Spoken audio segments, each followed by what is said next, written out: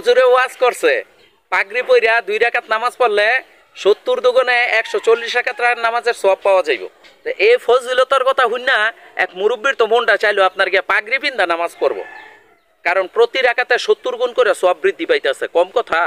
এখন গ্রাম্য মানুষ গঞ্জে আট না বইলে তো আপনার গিয়ে পাগড়ির কাপড়ও কিনতে পারতো না, আর এই কদিন প্রতি ওয়াক্তের নামাজও আপনার গিয়া এই পাগড়ি পরার সওয়াবের তেনে মিস হইতে থাকবো।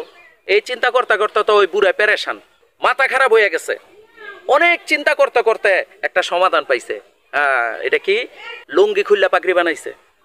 তো কি বুঝলেন, সমাজের মধ্যে এই রকমের বেকুব শ্রেণীর ধার্মিকের সংখ্যা সবচেয়ে বেশি, যারা ধর্মের জরুরি বিষয়ের প্রতি খেয়াল না রাখা নগণ্য বিষয় লে দেখবেন একার খুব মাতামাতি করতেছে। আরে ভাই, আপনার কর্মে আল্লাহ না, স্বয়ং শয়তান খুশি। কারণ শয়তান চায় নফল মুস্তাহাব দিয়ে আপনারা ব্যস্ত রাখাইয়া ফরজ ওয়াজিবগুলি আপনার তেনে অনায়াসে যাতে ছুড়াই নিতে পারে। যদি মুমিন হইতন তাহলে যাচাই বাছাই করে নেন আপনার লেগে কোনটা বেশি জরুরি, নফল মুস্তাহাব না ফরজ। যদি আপনার ফরজই আদায় না হয়ে থাকে, আপনার নফল মুস্তাহাব তো ফাইজলামানি। আল্লাহর কাছে আপনি গিয়ে কি জবাব দিবেন? ফরজগুলি ঠিক করেন। আর ফরজ খালি কিন্তু নামাজ রোজা না, চিন্তা করে দেখেন ফরজ আপনার উপর আল্লাহ কি কি করছে, খোঁজ নেন। আল্লাহ রসুল সাল্লাল্লাহু আলাইহি সাল্লাম কইছেন, তলাবুল ইলমি ফারিজাতুন আলা কুল্লি মুসলিম। প্রত্যেক মুসলমানের উপর জ্ঞান অর্জন করা ফরজ। প্রত্যেকটা বিষয়ের উপর আপনার জ্ঞান অর্জন করা ফরজ। শুধু নামাজ আর রোজার মাসালা জানা ফরজ না।